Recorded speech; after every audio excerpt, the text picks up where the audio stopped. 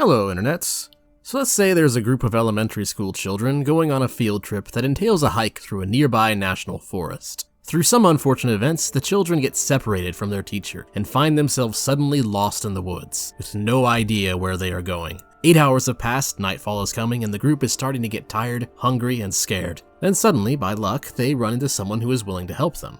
Now let's say that you, the viewer, get to choose who this helper is. Who can best help these kids? For simplicity's sake, I'll give you 3 choices. First choice, an elderly old woman who lives nearby. She knows the way back to town and is very friendly, but other than that, all she can really do is lead the children back to their way to safety. Second choice, the park ranger, who is also friendly. He knows the way back, can also radio for help and backup if needed, and is strong enough to carry a child if they are too tired to continue.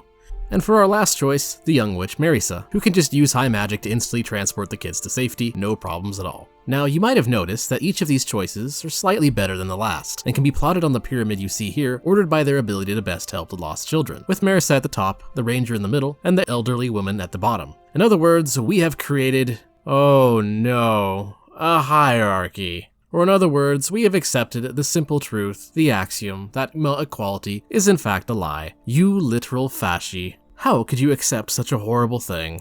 Probably because rejection of inequality results in some pretty stupid conclusions when you think about it. So this video shall be about exposing the problems with the utopian and unrealistic mindset known as anti-hierarchical. Now, a little disclaimer here, I'm not saying equality doesn't have its place. Equality under natural law, such as that everyone has the right to their own property, is perfectly fine and makes total logical sense. The problem occurs when we mistake this to mean that equality itself as a concept is somehow magically good. Anyways, what exactly is a hierarchy? Well, according to Oxford, a hierarchy is a system, especially in a society or an organization, in which people are organized into different levels of importance from highest to lowest. And you can find hierarchies everywhere for the simple reason that inequality is everywhere. We are not physically nor mentally equal, which results in hierarchies forming naturally due to differences in efficiency for accomplishing any given task. In fact, just about any goal you can think of has a most efficient tactic available for the action towards achieving that goal, and people best at implementing it will generally rise to the top. And what's interesting is that this would remain a fundamental truth even if human beings went extinct. There would still be a food chain hierarchy, and if all the animals died, we would still have a physical hierarchy of gravitational dominance between planets, stars, and black holes. Inequality and the concept of power are just inescapable realities. So when you deny an inescapable reality, what happens? How exactly do people who claim that hierarchies are bad justify themselves? How can someone possibly be anti-hierarchical? Well, they claim that hierarchies are just social constructs that lead to unfair power dynamics, resulting in authoritarian and oppressive unfair power structures. Therefore, if we simply abolish the concept of hierarchy, somehow, then the people will be free and prosperous and magical prancing unicorns and shit.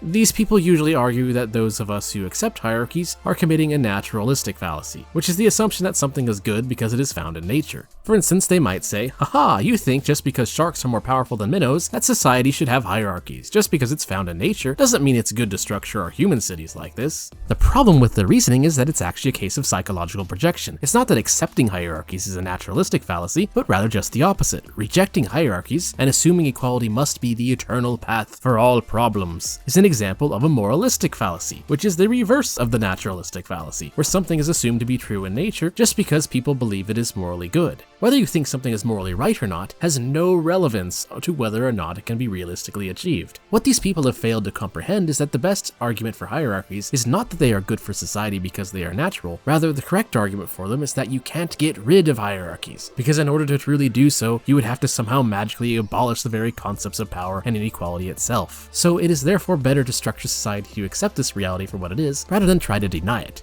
What the so-called anti-hierarchical crowd is doing is they are assuming that power and hierarchies can effectively be abolished, not based on any evidence or sound reason, but because the ability to do so would align with their belief that equality is the ultimate good. So what happens when you try to get rid of something that is a fundamental axiom? The answer is the creation of a society that doesn't actually get rid of it, but instead merely pretends it doesn't exist. It's the ideological equivalent of sticking your head in the sand. Let's take a look at an example of this in action by examining anarcho-communism, which is basically just Marxism plus anarchy. Most anarcho-communists are generally anti-hierarchical, and instead advocate for making all decisions by direct action and voting. The issue is, of course, that this doesn't actually get rid of hierarchies at all, and actually creates some extremely stupid interactions. For instance, say in the society that a bunch of ice fairies decide decide to vote that 1 + 1 = 9, and say the only non-ice fairy in the room says no, actually it's 1 + 1 = 2. The one person who is correct would then be forced to go with an incorrect answer. This also allows for two people to simply decide that they now own the property of a third person, and thus justify theft of said property. In this case, the third person is being subjected to the same unjust hierarchical power dynamics that the anti-hierarchical crowd was complaining about in the first place. How exactly is this fair? How exactly has this gotten rid of hierarchies? It hasn't. It's done nothing. It's bullshit. All it has done is to replace it with tyranny by majority. Power dynamics still exist, inequality still exists, and hierarchy still exists, just in different forms. A form that is arguably far more reprehensible. Power and inequality do not vanish here either. It simply results in a world where might makes right, and the strong get to force the weak to do whatever they want, and take whatever they want, rights be damned. Any interaction between individuals ultimately implies some kind of hierarchy, because the harsh reality is that perfect equality simply does not exist, and thus the consequences of this moralistic fallacy behind anti-hierarchical thought reveals itself. Denying this fundamental truth about reality will only result in a society that does not have a proper way of dealing with the inevitable, and ironically results in a society where the power structure is even more lopsided and unjust than it was beforehand. This is why any society that wishes to maintain some kind of function must accept some degree of inequality and some kind of hierarchy. And here's the beauty of it that the leftoids really hate to admit. By accepting hierarchies and embracing them, rather than trying to rage against the machine, everyone is actually better off, including those at the bottom. This is because it gives people a financial incentive to do better, by promising a reward for finding an even more efficient method to get something that society wants done, thus leading to better housing, better farming, better technology, etc., etc., etc., which we've seen in societies that adopt free markets and hierarchies. So thanks, inequality, for all the wonderful things you have done for us, for without you, we would literally be lost. Anyway, that's all for today. If you enjoyed the video, feel free to like and subscribe. Sharing the video is especially helpful to small channels like my own. Till next time.